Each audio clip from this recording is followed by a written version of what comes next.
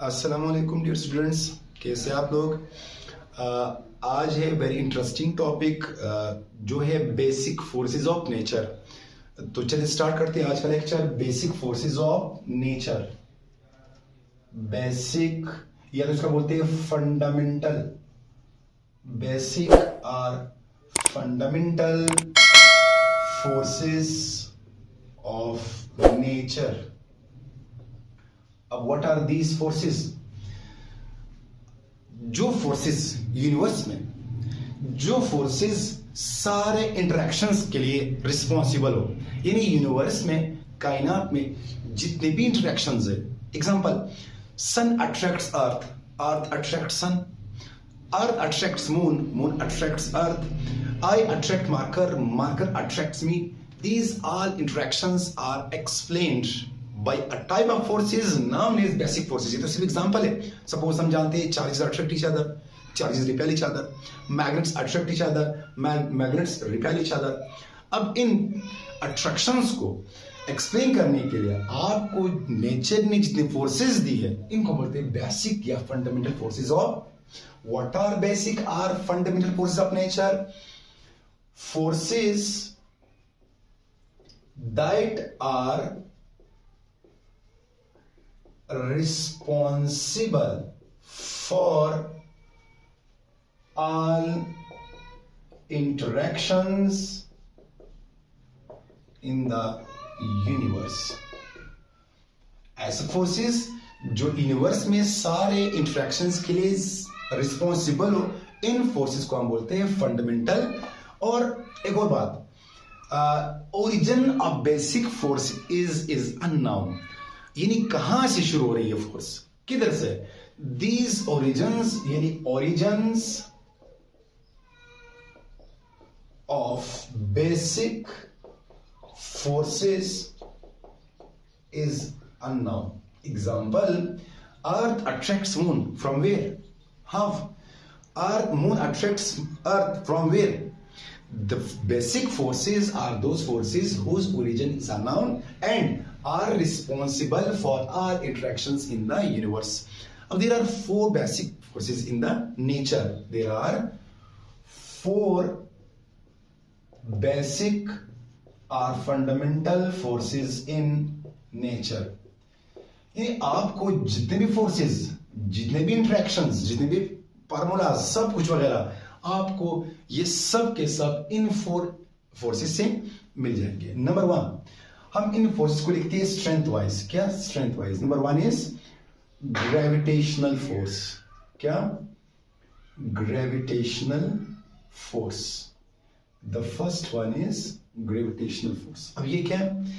ऐसा basic force which interacts between two masses, यानी gravitational force interacts between masses. This force interacts between masses। दूसरी बात, gravitational force एक long range force है। Gravitational force, इसके formula लिखते हैं, डिफरेंट फार्मूला हो सकते हैं। हम इसको ग्रेविटेशनल फोर्स का फार्मूला है F = G m1 m2 upon r², Newton's law of gravitation. तीसरी बात, gravitational force acts between masses and it is long range force। क्या? long range force, यानी ये जहां तक मासेस है वहां तक ये फोर्स एक्ट कर सकता है। पता नहीं यूनिवर्स में किधर एक मास है, यहां पर जमीन है, ये दोनों अपने आप को एक दूसरे से अट्रैक्ट कर रहे हैं। किस फोर्स से? ग्रेविटेशनल फोर्स से। It means it is a long range force till infinity. तीसरी बात, चौथी, gravitational force in basic forces में से वीक फोर्स है, सबसे weak, weakest force. This is the weakest force. सबसे कमजोर फोर्स कौन सा है? ग्रेविटेशनल फोर्स है। अगली बात, एक जिस्म से दूसरे जिस्म तक इस फोर्स को कैरी करने वाले जो पार्टिकल है, मिसाल अर्थ अट्रैक्ट्स द मून। अब अर्थ ने मून को अट्रैक्ट करना है, तो अर्थ ने यहां से फोर्स भेजना है, तो फोर्स को यहां से मून तक ले जाने के लिए जो पार्टिकल्स है, इसको हम बोलते हैं फोर्स mediating पार्टिकल क्या, फोर्स मेडिएट मीन्स एक जगह से दूसरी जगह ले जाना। तो एक मास से दूसरी मास तक फोर्स को ले जाने के लिए जो पार्टिकल है, इस पार्टिकल को हम बोलते हैं ग्रेविटॉन। क्या बोलते हैं? और ये ग्रेविटॉन एक हाइपोथेटिकल पार्टिकल है। ये सिर्फ हाइपोथेसिस, सोच है, मौजूद नहीं है ग्रेविटॉन। ग्रेविटॉन एक ऐसा पार्टिकल है जो एक मास से दूसरे मास तक ग्रेविटेशनल फोर्स को कैरी कर रहा है। This is the first fundamental force. Next one, the next force is weak nuclear force. क्या? Weak nuclear force. ये क्या है? Weak nuclear force is responsible for nuclear interactions. चलिए लिखते हैं, यानी रिस्पॉन्सिबल फॉर न्यूक्लियर प्रोसेसेस। अब न्यूक्लियर प्रोसेसेस डिफरेंट अकसाम की होते हैं, इनमें से एक किस्म है जिसको हम बोलते हैं, आपको वीक न्यूक्लियर फोर्स तब नजर आएगी जब बीटा डीके, क्या? बीटा डीके, यानी during beta decay week nuclear force नजर आएगा। अब week nuclear force beta decay है क्या? न्यूक्लियस से इलेक्ट्रॉन या पॉजिट्रॉन का निकलना, किसी न्यूक्लियस से इलेक्ट्रॉन या पॉजिट्रॉन का निकलना, इनको बोलते हैं beta negative decay, beta positive decay. इस दौरान आपको वीक न्यूक्लियर फोर्स, अब ये क्या कर रहा है? ये न्यूक्लियस के अंदर न्यूट्रॉन को प्रोटॉन में कन्वर्ट कर रहा है, प्रोटॉन को न्यूट्रॉन में कन्वर्ट कर रहा है। ये इसका काम है वीक न्यूक्लियर फोर्स का। नेक्स्ट, अब ये weak nuclear force, it is short range force. क्या? Short range force. क्यों? क्योंकि it acts only in the nucleus, inside the nucleus, therefore weak nuclear force is, यानी इसका जो रेंज है वो 10 पावर -40 मीटर या 10 power -15 metre, I mean picometre, femtometre, -15 femtometre. This is a short range force. Next, अब ये weakest है, ये weak force, this is a weak force, ये वीकेस्ट, ये दूसरे नंबर पर वीक फोर्स है। क्या? Weak nuclear force. अब इस फोर्स का जो मेडिएटिंग पार्टिकल्स है, ये फोर्स जो पार्टिकल्स इस फोर्स को मेडिएट कर रहे हैं, आगे ट्रांसफर कर रहे हैं, उनमें से हैं ये W and Z bosons. These particles are responsible for mediating weak nuclear force. अब ये क्या? ये सेकेंड ईयर लास्ट चैप्टर जिसको हम न्यूक्लियर फिजिक्स बोलते हैं, इसके अंदर ये लास्ट टॉपिक है nuclear particles inside nucleus, quarks, hadrons, bosons, जो भी है। तो WZ bosons are responsible for mediating weak nuclear force. Third one is electromagnetic force. क्या? Electromagnetic force. अब ये क्या है? Electromagnetic force is responsible for interaction between charges.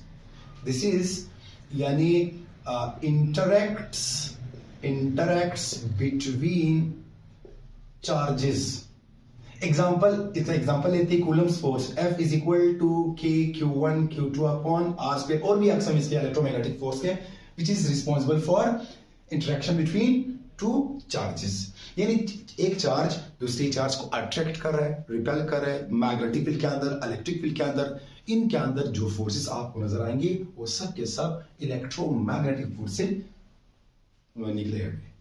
Next, ये long range force, this is again long range force, यानी till infinity. जिस तरह gravitational force है, ये भी क्या है? Long range force. नेक्स्ट, अब ये बेसिक फोर्सेस में से ये स्ट्रॉन्ग फोर्स है, ठीक है? This is a strong force, यानी इनमें तीनों में से ये स्ट्रॉन्ग है, ये इससे वीक, ये उससे भी वीक, ये सबसे वीक, ये वीक, फिर ये स्ट्रॉन्ग। अब इस फोर्स का जो मेडिएटिंग पार्टिकल्स है, इस फोर्स का जो मेडिएटिंग पार्टिकल है वो क्या है? वो फोटॉन। क्या? Photon. Photon is a mediating particle of the electromagnetic force. The last one is fourth one, strong nuclear force. Strong nuclear force. अब ये क्या है? Strong nuclear force acts between nucleons. अगर ये न्यूक्लियस है और न्यूक्लियस के अंदर neutrons, proton, neutron, proton, whatever जो भी है, अब इन पार्टिकल्स के दरमियान एक फोर्स एक्ट कर रहा है जो इन पार्टिकल्स को न्यूक्लियस के अंदर रखे हुए हैं, बांधे हुए हैं. इस फोर्स को हम क्या बोलते हैं? Strong nuclear force. यानी this force acts between nucleons. आपको पता है proton contains positive charge, proton contains positive charge. So according to electromagnetic force, Coulomb's force, this is called Coulomb's force. This is called Coulomb's force. अब according to Coulomb's force, proton must repel proton. एक proton दूसरे को क्या कर रहा है? Repel कर रहा है. तो अगर प्रोटॉन को रिपेल कर रहा है तो प्रोटॉन न्यूक्लियस से निकल क्यों नहीं रहा है? क्यों? क्योंकि strong nuclear force helds this proton. किसने पकड़े हुए इस प्रोटॉन, इन प्रोटॉन्स को? Strong nuclear force. सही है. नेक्स्ट, फिर ये चार्ज इंडिपेंडेंट है. यानी ये सिर्फ और सिर्फ प्रोटॉन के दरमियान नहीं है. Proton neutron, neutron proton, proton proton, neutron neutron, सबको बंधे हुए. न्यूट्रॉन को भी अट्रैक्ट कर रहा है, प्रोटॉन न्यूट्रॉन को अट्रैक्ट कर रहा है, न्यूट्रॉन प्रोटॉन को अट्रैक्ट कर रहा है, प्रोटॉन को अट्रैक्ट कर रहा है, न्यूट्रॉन को. मतलब सब के सब एक दूसरे को किस फोर्स से? स्ट्रॉन्ग न्यूक्लियर फोर्स से अट्रैक्ट कर रहे हैं. तीसरी बात ये है कि ये अट्रैक्टिव फोर्स है. कौन सा फोर्स है? Attractive force. अब ये जो इलेक्ट्रोमैग्नेटिक फोर्स है ये अट्रैक्टिव भी हो सकता है और ये रिपल्सिव भी हो सकता है. और जो ग्रेविटेशनल फोर्स है ये सिंपली अट्रैक्टिव फोर्स है. This is attractive force. ये रिपल्सिव नहीं हो सकता है. This is attractive. अब ये जो फोर्स है ये रिपल्सिव अट्रैक्टिव हो सकता है, लेकिन वो बहुत अंदर जाकर हम जब WZ बोसॉन्स पढ़ेंगे तब समझ आएगा. फिलहाल ये सिर्फ रिस्पॉन्सिबल फॉर बीटा डीके. इसको हम responsible for attraction repulsion consider नहीं कर सकते. कर तो सकते हैं लेकिन उस लेवल पर इसको छोड़. ये अट्रैक्टिव है, ये अट्रैक्टिव रिपल्सिव दोनों हो सकता है. ये अट्रैक्टिव फोर्स है, सिंपली अट्रैक्टिव. और फिर ये फोर्स शॉर्ट रेंज फोर्स है. क्यों? क्योंकि ये न्यूक्लियस के अंदर है, न्यूक्लियस के अंदर, तो ये शॉर्ट रेंज फोर्स है. फिर इसका जो मेडिएटिंग पार्टिकल है,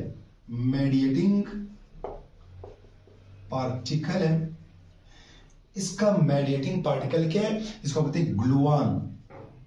क्या बोलते हैं? Gluon. Gluon is the mediating particle of, यानी एक प्रोटॉन से दूसरे प्रोटॉन तक ये फोर्स कौन कैरी कर रहा है? ग्लूऑन.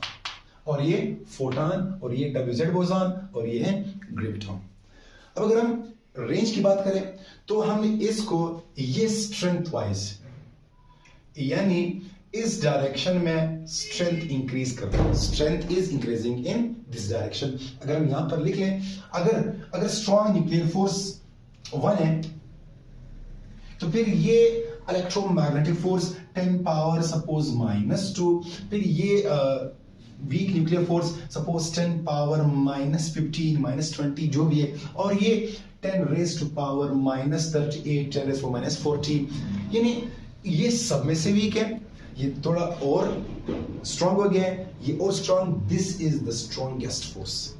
ये है बेसिक फोर्सेस ऑफ नेचर. अब नेचर में आपको जितने भी फोर्सेस मिलेंगे ये सब के सब फोर्सेस इन चार में से निकले हुए हैं, क्योंकि these are all basic forces of nature. I hope आपको समझ आ गया होगा. चलो मिलते हैं फिर नेक्स्ट लेक्चर में. तब तक के लिए अल्लाह हाफिज.